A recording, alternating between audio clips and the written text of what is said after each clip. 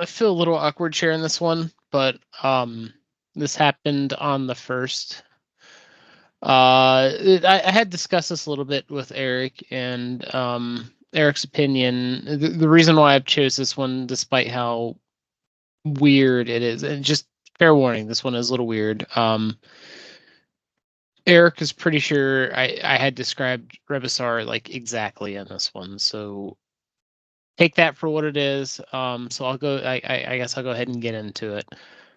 So this happened on the 1st of March. So what, about almost exactly a week ago. I had many dreams that night. Most of them I don't really remember, but for some reason, this is the one specific one that stuck out fairly vividly. Okay. So in this dream, I had woke up from bed and noticed that I usually keep my smartphone next to me on my table because of my alarms and everything are on it. But I had noticed that usually when I wake up, first thing I do is check my phone, make sure there's no work messages since I do go out on contract work. I noticed I had a bunch of missed messages from some friends. And I started going through them. I couldn't really make sense of the words on the text messages, which tends to be fairly common for me in like unimportant things, that especially like text. The words and letters are just kind of gibberish. They really don't have any meaning to them. But a couple of the messages were making sense, and they were telling me that I had won a competition. At least to me at this point, I did not realize that I had entered in a competition, but I guess I did. And I had growing excitement within me. Like I usually don't win things that I apply for, like drawings and stuff. It never happens. So I was excited. And my friends wanted to kind of have a little bit of a celebration beforehand. I guess kind of like the winnings was today, and we wanted to do a pre-gathering. So my friends and I gathered about a block away from wherever this winning was, which I guess it was like, according to them, it was a tour of a factory. At this point in the dream, I had no clue what it was, but we were at kind of a local bar, just talking, just kind of having a little minor celebration, just having a couple beers and kind of enjoying ourselves. It was, I don't know if it means anything, but it was one of those, at least here in the US, what's becoming popular is this kind of like retro bar where as long as you have a beer in hand, all like the retro arcade games that are in it are free to play. It was one of those atmospheres. Several of my friends were excitedly telling me, "Is like, so you actually gonna go through with this?" And I was a little confused what they were talking about.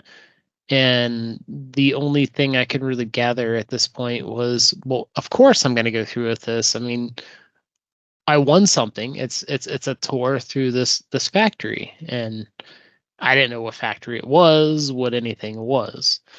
But after spending some time, it was early afternoon, sometime after 12 p.m. So it felt like a few hours, probably like 3 or 4 p.m. or so. Not quite the evening yet. We all left the bar and walked about a block over. There was a large crowd gathering outside this factory. It was a bricked, walled kind of like area around the factory, 15 feet high or so, but then like a metallic gate. And immediately, the only way I could describe it, it was kind of like a scene from the Willy Wonka movies, kind of where everyone's gathering outside. There's some press, and everybody's waiting for the entrance gate to open, and for people, kind of like you won the golden ticket type of situation. Everybody's just kind of celebrating, exciting. There's some security guard, armed security guard, which is weird. They almost look like soldiers, but in black outfits with, it looked like gold trim along the seam lines and some red symbology, which I could not make out or understand. But as we're waiting, I'm up a little bit towards the front since I was one of the winners, along with it looked like about a dozen or so other people that most of them I couldn't really make their faces out on. But music started playing as if it was like a video game. It just kind of surrounds you from all directions. There really wasn't any source of speakers or instrument playing. And a figure exits from a building on the other side of the gate and starts making his way to us in a very Willy Wonka fashion down this kind of red carpet thing, carrying like a cane, doing wide, long steps. And this is the figure that Eric is pretty sure was Rebisar. He looked to be about his mid-40s. He was about not quite 6 feet. I'm right at 6 feet, so he's probably about 5 feet 5 inches or 5 feet 8 inches, somewhere around there. He had shorter black hair, fairly shaven down beard that was black as well. Looked fairly similar to some of the images of Rebisar I've seen that Eric was linking me to some, and looked very similar. Well, regardless, at the time I wasn't aware of that. To me, it was just another person during the dream. Let's see. So he kind of approached the gate from the inside. Put this weird kind of like cane thing out in front of him. It was kind of like a copper or brass looking cane, and it had this kind of like egg or acorn shaped thing on top of it. I think it was like an acorn that was, when an acorn heats up under fire, it causes the kind of fingers, the not acorn, it was pine cone. That's what it was, pine cone. My bad. The pine cones reproduce by when they burn, they open up and spit the seeds out. So life born from destruction. It was like a pine cone on top, but like partially opening, but not quite. And just kind of tilted it forward towards the gate, the top side, and then the gate begins to open. There were media-like personnel all about, and they're all kind of reaching in with their cameras and their microphones, trying to get me and the dozen or so other people that had won the competition to speak with them. We just kind of ignored them, walked through, security's kind of ushering us in. Next thing I know, we're just kind of gathered around inside the building, like from the entrance of the gate to the walkway to the main building. That was just kind of skipped over. So we're inside. The next thing I remember, we're being led on a tour. This is, think of like, I don't know if any of you have been in a IKEA. It's just this giant building with kind of different sections. It's just a big open warehouse. But throughout this, there's a whole bunch of machines clanking, loud noises, belt systems going about. And we're just kind of being led through as a tour. This guiding figure with the cane was kind of bring us through step by step of these machines. Some of them were processing machines of some sort. Some of them were like injection molding. They had these molds that would press together and were kind of spitting out objects from the other side. But this is when the dream took a turn kind of for the weird side. I've really never had one like this before, and I'm still not sure what to think of it. But this was not a normal factory. It was, I'm a little embarrassed to say it, but it was a harvesting factory, as in males, as in human males would come in and have their reproductive organs harvested. So this is a little weird. I'm a little embarrassed sharing it, but since supposedly Rebisar was in, I felt it was important to discuss it. So at this point, I'm kind of realizing where I'm at. feeling a little weird, awkward. Everyone else around me was like, ecstatic. Like, ooh, we get this cool tour of this like advanced facility with these machines, and they're just kind of distracted by these bells and whistles. And I mean, some of the machines did have whistles, kind of like you'd see in Willy Wonka factory type thing. So the tour continued, and they start going into the more detail that this factory is used for harvesting donated organs from people who no longer want them, need them, and they kind of had connotation as if people who are transitioning, instead of removing stuff completely, they're donating, I guess, in some form. But the machines were harvesting these male organs and artificializing them, I guess is the only way I can really describe it. It was kind of like transforming them into toys or something fake of some sort, uh, by machines forming them in some way. I guess those molds I've seen earlier where they were doing like plasticizing them or something. There were testing machines that were doing, I don't know what they were doing. It was kind of emphasized that the machines were doing product testing.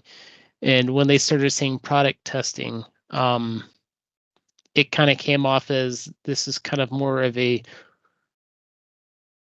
trick or corporatizing of some sort, or tricking people into giving something up for free for a corporation or the machine of the planet to kind of like make money off of at your expense.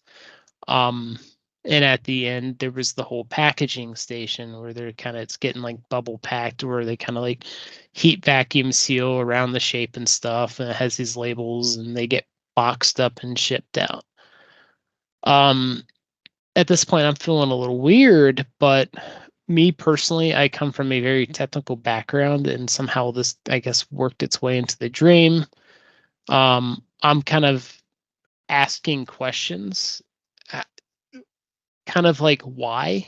Why would someone do this? Or especially specifically, why would a male decide to give up their manhood, or in this case, I guess I'll say it, their penis, for what? They're literally not being paid anything. Somebody just offers it up. The machine takes it, artificializes it, and then the company gets to sell it for a profit. I'm really confused. At this point, the figure that looked like Rebasar is no longer there, and instead there's this woman in his place holding the same cane. She's probably like in her mid-20s, maybe at the oldest early 30s, and she just has this very smug look on her face, and she's continuing on describing the whole process, what they're doing, that they're harvesting organs from men who voluntarily give them up. The machines take them, plasticize them in some way, making them artificial, and then the company packages them and sells them. I guess for sex toys. That's the only thing I can really think of what's going on. Sex sells, I guess. I mean, everything in this world is corporatized and commercialized and whatever. Um, Others had questions. They're asking very similar things, like how does this process work? I mean, couldn't really understand anything that was being said. And then all of a sudden, I'm starting to leave. I'm just walking out. It's like, this is nonsense. I don't know what's going on. I'm kind of freaked out. Why am I even here? And why is this even a thing? But as I'm walking out, I didn't realize one of my friends was with me. One of the ones I was celebrating with earlier, thinking we won this cool competition. He grabs me by the shoulder and turns me around, looks me in the eye, and then looks forward, raising his hand up in the air, finger outward, and just very excitedly says, "I'm impressed." And offers up his own manhood because I guess he's impressed. And I'm confused. I'm a little taken back. I'm shocked. And at this point, it's kind of turning into like an anxiety dream. And the next thing you know, I'm teleported outside the front gate. There's no longer a crowd there. It's just me, empty environment, quiet. And I don't hear birds. I don't hear insects or anything. It's just me. But I have a relief that I got out of there in time. Almost as if I remained there for a moment more, I was in danger of some sort. Um, that's the dream. It's a bit of a weird one. I apologize for that, but it just, out of the dreams in the past week, that one was the most vivid and the one that stood out the most. And there we go.